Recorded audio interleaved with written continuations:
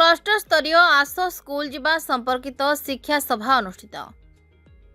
पुणी पढ़िबा आगकू बढ़िबा उज्जवल भविष्य गढ़ी तोलिबा पई एही नारारे राज्यव्यापी जारी रही आस स्कूल जिबा अभियान कार्यक्रम। कौनसी कारणरू पिलामाने अधारू पाठ पढ़ा छाड़िथिबा आदौ विद्यालय नाम लेखाई नथिबा पिलामानंकु शिक्षार गुणात्मक विकास पई किपरि सेमानंकु मुख्य स्रोतरे सामिल करबा व्यवस्था उपरे सरकारकर यह एक अभिनव प्रयास जारी रही। विद्यालय मानकरे नाम लेखा पई स्वतंत्र समयसीमा निर्धारण करा जायछि। एथिपई 14 वर्षरू 18 वर्ष पर्यंत राज्य सरकार को मुक्त विद्यालय प्रतिष्ठान द्वारा संपूर्ण मागणारे शिक्षादान कराजिबाकु लक्ष्य धार्य रखिछन्ति।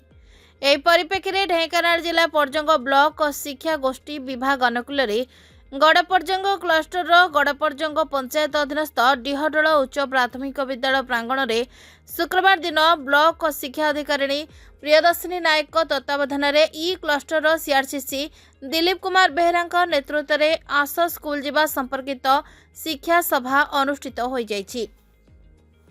ब्लॉक अतिरिक्त शिक्षा अधिकारिणी संयुक्ता सामल अध्यक्षतार अनुष्ठित सभा पंचायत सरपंच गायत्री महापात्र मुख्य अतिथि भाव जोगदेइथिबा बेले पर्जंग पीएमसी नोडाल विद्यापीठर प्राक्तन भारप्राप्त प्रधान शिक्षयित्री सस्मिता नंद विद्यालयर प्रधान शिक्षक प्रताप चंद्र भोई सम्मानित अतिथि भाव जोगदेइथिले। सेपरि शिक्षक प्रमोद कुमार नायक मार्कंड खुंटिया ज्योत्स्नामयी साहू इंदुमती सासमल मधुसूदन साहू अन्नपूर्णा दलबेहरा प्रदीप कुमार सेठी सनातन देहुरी समेत क्लस्टर अन्य शिक्षक शिक्षयित्री उपस्थित थिबा बेले छात्र छात्री और अभिभावक उपस्थित थिले।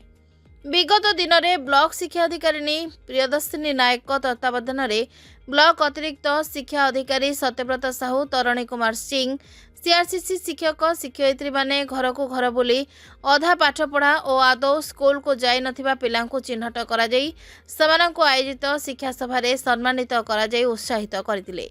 परिशेष रे सीआरसीसी दिलीप कुमार बेहरा समस्त को धन्यवाद अर्पण करथिले। हमर गड़पर्जंग क्लस्टर डिहडोल उच्च प्राथमिक विद्यालय सरकार जो चली आस स्कूल जीवा प्रोग्राम गोटे स्वतंत्र प्रोग्राम चली होची जोटा कि आस स्कूल जीवार शिक्षा सभा।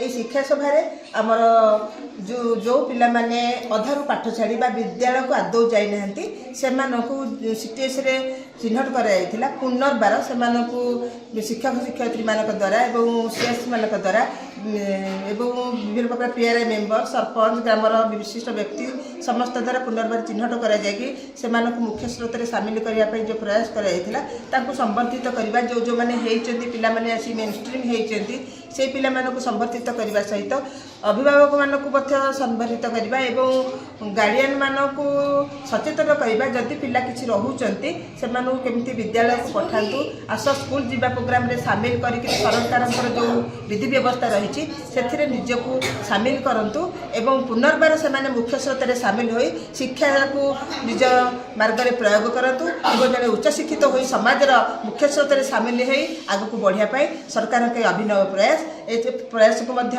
सरकार को अध्यक्ष धन्यवाद। ये कार्यक्रम को आगु को बढ़े आम मान द्वारा बढ़ेबे आम चेष्टा करूँ ए कार्यक्रम रे निजको संपूर्ण रूपे शामिल करी पिला मानक मुख्य स्रोत रे आनी रखिया पाई।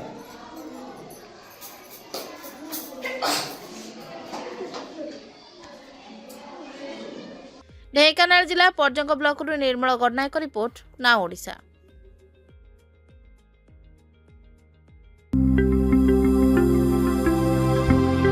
लेटेस्ट न्यूज अपडेट पाई www.naodisha.com को लॉगिन करंतु।